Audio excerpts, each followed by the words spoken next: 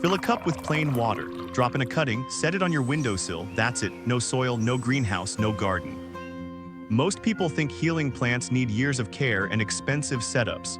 That belief is wrong. Some of the most powerful plants on earth will root in a glass of tap water on your kitchen counter, and a few start working in under 2 weeks.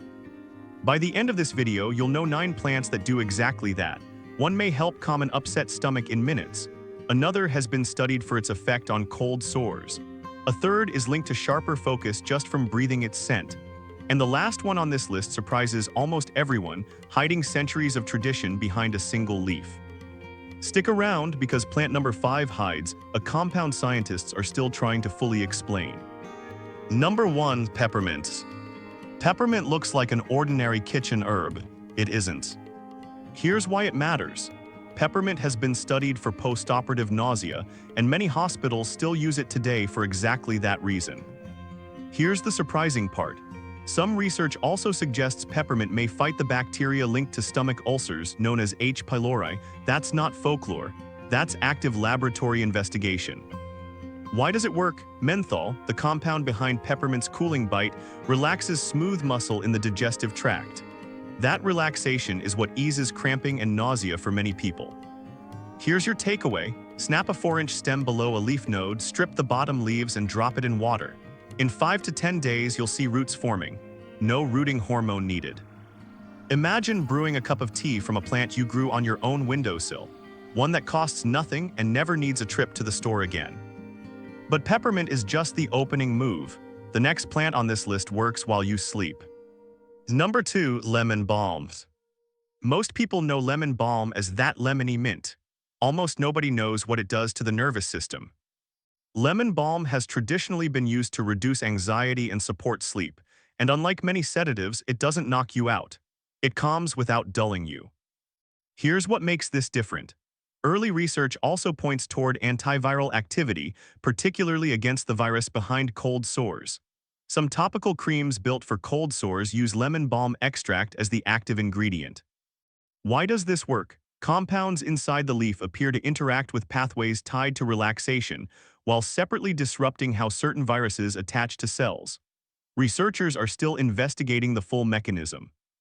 Your takeaway is simple. Root a cutting the same way as peppermint. It takes 10 to 14 days.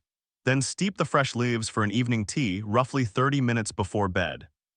Picture ending a stressful day with a warm cup from a plant sitting in a jar on your counter. No pharmacy required. But here's where things get interesting. The next plant on this list doesn't just calm you, it may sharpen your mind. Number 3. Rosemary. Rosemary looks tough, almost woody, like it belongs outdoors in harsh soil. That toughness hides something remarkable. Rosemary contains carnosic acid, a compound researchers have connected to neuroprotective effects, meaning it may help protect brain cells from certain types of stress. Here's the part most people miss. Some studies suggest that simply inhaling rosemary's aroma is linked to measurable cognitive benefits, including memory-related tasks. You don't even have to eat it to potentially benefit. Why does it work? Rosemary is loaded with antioxidant and anti-inflammatory compounds. The same chemistry that historically made it useful for preserving meat long before refrigeration existed. Here's your takeaway. Use a woody-tipped cutting instead of a soft one. It roots slower, usually 2 to 4 weeks, but it's worth the wait. Once rooted, use fresh sprigs as a finishing oil or steep for a mild digestive tea. Imagine keeping a sprig on your desk simply for the scent while you work, backed by real research instead of guesswork. Most people stop here thinking 3 healing plants is impressive enough. That's a mistake. The next one works differently than anything so far. Number 4. Spearmint. Spearmint gets confused with peppermint constantly. That confusion causes people to miss something huge. Spearmint has been studied specifically for anti-androgenic activity, meaning it may help lower elevated testosterone levels in women, particularly those managing PCOS symptoms. Peppermint doesn't show this same effect. Here's the surprising part. Spearmint also appears to carry antifungal properties against Candida, and some early research links it to modest improvements in working memory. Why does it work? Spearmint's chemical profile differs from peppermint's despite the family resemblance. Lower menthol content makes it gentler on digestion. Your takeaway: root it exactly like peppermint, then steep the leaves in slightly cooler water. This preserves more of the delicate compounds. Many prefer it in the evening because it's gentler than peppermint's stimulating bite. Picture two nearly identical plants on your windowsill, doing completely different jobs inside your body. The real secret is this: the next plant on the list isn't even primarily a beverage plant. It's something you already cook with. Number 5. Sweet basil. Sweet basil sits in almost every kitchen. Almost nobody treats it like medicine. That's about to change. Basil contains eugenol, the same compound found in cloves, known for anti-inflammatory and pain-dampening effects. It also contains linalool, a compound researchers associate with calming neural overactivity. Here's what makes this different. There's a closely related plant called Tulsi, or holy basil, that's been used for centuries in traditional practice as an adaptogen, meaning it may help the body respond to stress. Sweet basil and Tulsi share a family tree, but their effects diverge in fascinating ways. Why does it work? Eugenol interacts with pathways tied to inflammation, similar to how clove oil has long been used for tooth pain. Linalool, found in lavender as well, appears connected to calming effects on the nervous system. Here's your takeaway. Basil roots easily in water, usually within 1 to 2 weeks. Use fresh leaves in cooking or steep a small handful for a mild anti-inflammatory tea. What happens next surprises most gardeners, because the remaining plants on this list aren't as famous as the first 5, yet some carry even stronger traditions behind them. Number 6. Thyme. Thyme seems like a background herb, something you sprinkle and forget. It deserves more attention than that. Thyme has traditionally been used to support respiratory health, and it contains thymol, a compound studied for antimicrobial properties strong enough that it's used in some commercial mouthwashes today. Here's the surprising part. Thymol's antimicrobial power was recognized long before modern medicine existed, when ancient cultures used thyme to help preserve food and treat minor wounds. Modern labs have since confirmed measurable antibacterial activity. Why does it work? Thymol disrupts the outer membranes of certain bacteria. Your takeaway: thyme cuttings root more slowly, often 2 to 3 weeks, with just the bottom node touching the water. Once rooted, fresh sprigs make a soothing tea when a cough or scratchy throat shows up. But here's where things get interesting again. The next plant is one most people have never considered growing indoors at all. Number 7. Sage. Sage carries a reputation for wisdom, and that reputation might be more literal than people realize. Some research links sage to improved memory and mental clarity, with certain compounds studied for their interaction with brain chemistry involved in learning and recall. Here's what makes this different. Traditional use of sage for sore throats predates almost every plant on this list, and modern formulations still include sage extract in throat sprays sold today. Why does it work? Sage contains rosmarinic acid, an antioxidant compound shared with rosemary, along with other constituents researchers believe support its anti-inflammatory reputation. Here's your takeaway. Sage roots slowly, similar to rosemary, often 3 to 4 weeks from a semi-woody cutting. Once established, a few fresh leaves steeped in hot water make a traditional throat-soothing tea.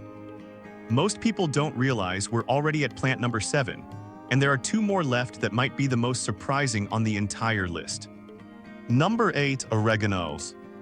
Oregano seems purely culinary. That reputation undersells it dramatically.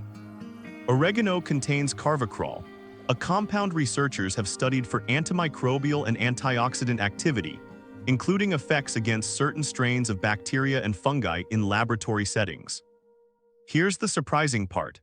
Oregano oil, concentrated from this same plant, has become one of the more researched natural antimicrobials in recent years, though it should never replace medical treatment for serious infection. Why does it work? Carvacrol appears to disrupt microbial cell membranes, similar to thymol, which is part of why oregano was historically paired with meats prone to spoilage. Your takeaway: oregano roots in water within 1 to 2 weeks. Fresh leaves work beautifully in cooking, and a light tea from young leaves may offer occasional digestive support. What happens next changes everything you thought this list was building toward. Number 9. Tulsi, the holy basil. This is the one most people have never heard of, and it might be the most studied adaptogenic plant on this entire list. Tulsi, also called holy basil, has been used in traditional Ayurvedic practice for centuries, and modern research has begun exploring its potential role in helping the body manage everyday stress, something scientists broadly categorize as adaptogenic activity. Here's what makes this different from every other plant so far.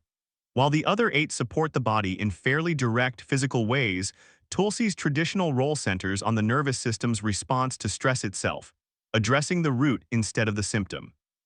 Why does it work? Researchers point to compounds like eugenol and ursolic acid, both linked in early studies to anti-inflammatory and stress-regulating effects, though scientists are still investigating exactly how these compounds interact with human stress hormones.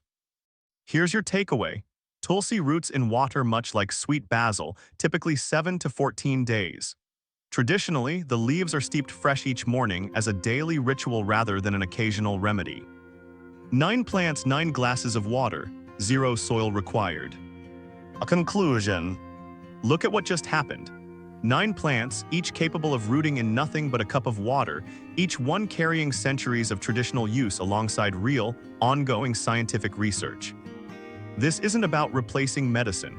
None of these plants cure anything, and none should be treated as a guarantee. But traditionally, cultures around the world have relied on exactly these plants for exactly these purposes, and modern research is only now catching up to explain why. What makes this list different is how accessible it is. You don't need a backyard, you don't need special lighting. You need a windowsill, a few glasses, and 9 cuttings. Start with 1.